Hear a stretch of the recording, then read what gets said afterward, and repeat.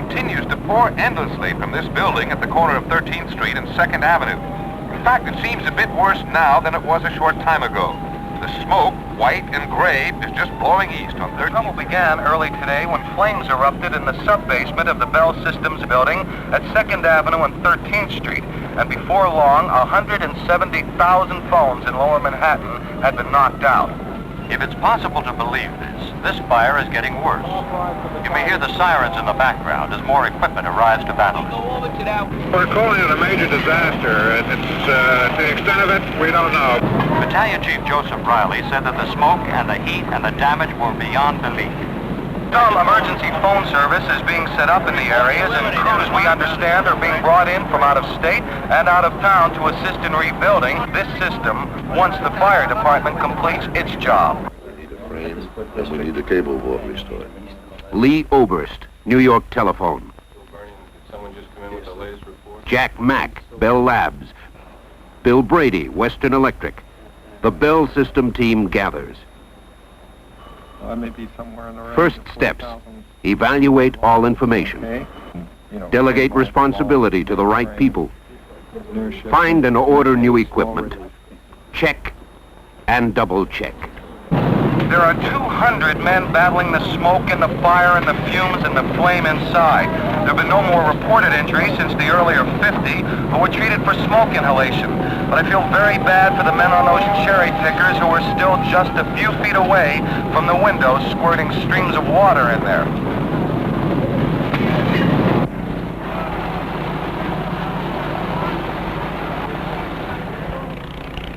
"17 hours after the first alarm, the fire is under control. The first inspection teams get into the building, one of the world's largest concentrations of telephone equipment. Everybody felt bad about it. Anybody that's been in a phone company for as many years as we have feels bad about it. There isn't a telephone man alive that doesn't have something in his throat when he stands outside a building as big as this one and watches that black smoke pouring out through those windows.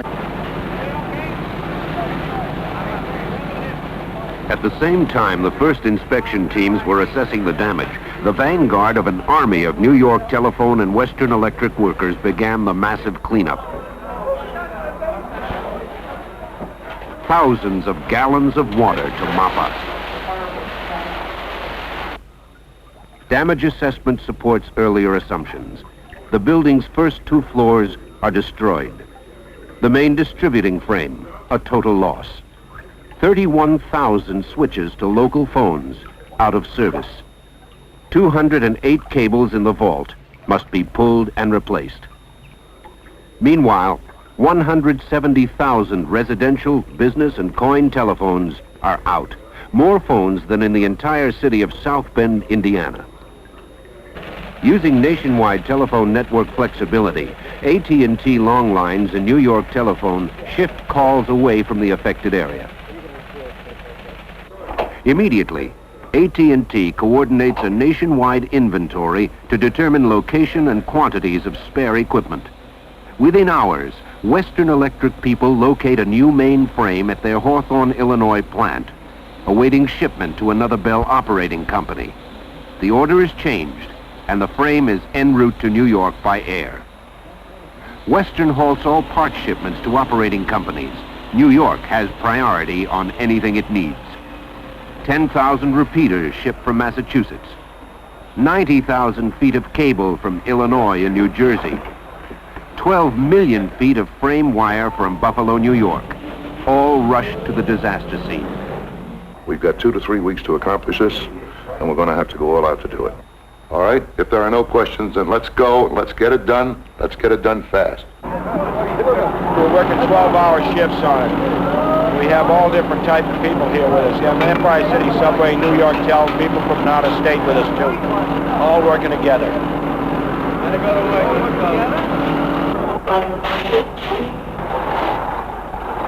The task of pulling out the destroyed cables begins. For 6 days, the cable drums slowly revolve the wrong way. Miles of burned cable are removed from the vault. Is the 3rd floor going to be set to accept the main frame within 3 days? Well, let me put it another way. The third floor has to be set to accept the mainframe if we lose. The main distributing frame, the link between cable and customer. 30,000 pounds of steel, 270 sections, going up and up.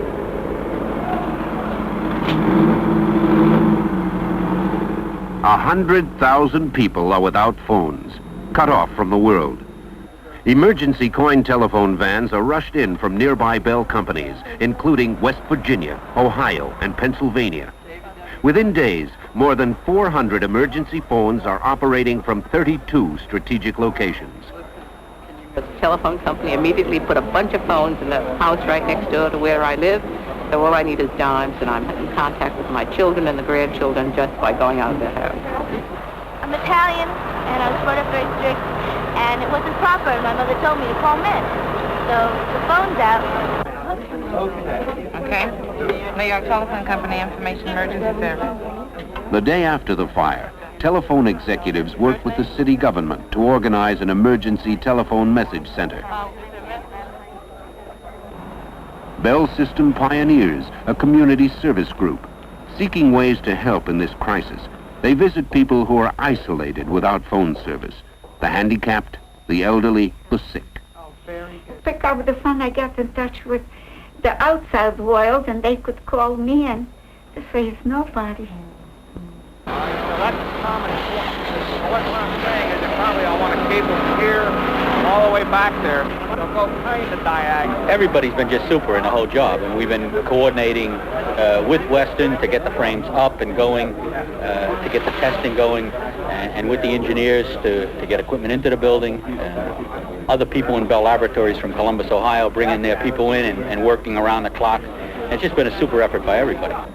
The mainframe is assembled. A job that would have taken 6 months from manufacture through assembly takes 4 days.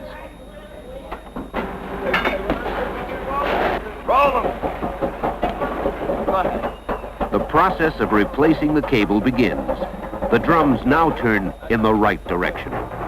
It's really amazing. It's coordinated. People know where they're going, what they're doing. Okay, set! Nothing. Power. 1, 2, 3! All right, we got guys ready to set up on those test device locations. Ready to go now? Well, right now these fellows are trying to clean up the relays in the indicator frame so that we can begin to test our equipment, which Western Electric is trying valiantly to restore. The relays were smoke damaged, and they are very sticky at this point, and we're cleaning them up with a chemical that was recommended to us by Bell Laboratories. 208 cables. Within each, 2,400 pairs of wires. The monumental task of identifying and cataloging each wire begins. 99, next. We'll have to leave them out. Look for them. Finally, the cables in the vault are joined to the main frame. Well, Bruce, we're getting down to the deadline now. How about the horizontal blocks? Are they all up yet? All the horizontal blocks are up now. Right now, they're 2 teams are working. The Western and the plant department is working, running in cross connections and also wiring the blocks for us. The Western end working on the bottom and the telephone company on top, right? Right. 80,000 connections and cross connections, tying together 8.5 million feet of wire, to the customer on one end, to the world on the other. Okay, Willie, start the test frame now and I'll watch it for you. Okay, is it running? Okay, tell me when the DST comes up, Willie. 67.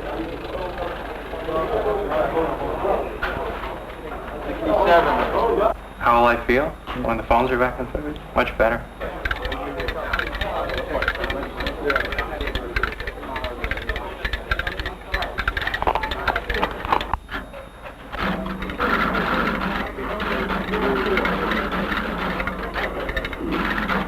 Telephone is very important to correspond. It's like a visit to me. You know, I can rap. 690. Hey, 691. 306. 303. 307. 692, sir. Telephone company calling. 34, 72. 307.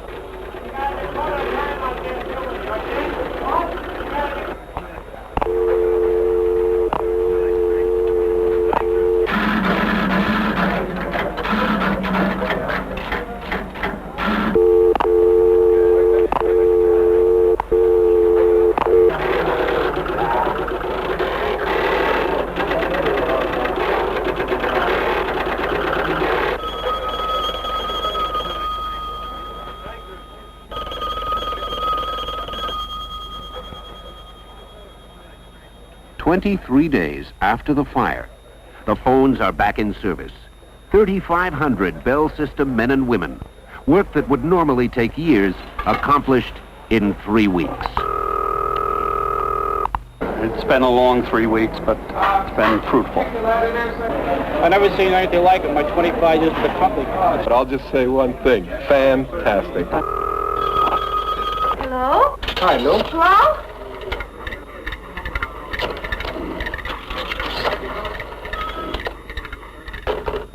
What could you feel except a sense of tiredness and a sense of real satisfaction at having pulled off, well, what everybody is beginning to call a miracle of Second Avenue.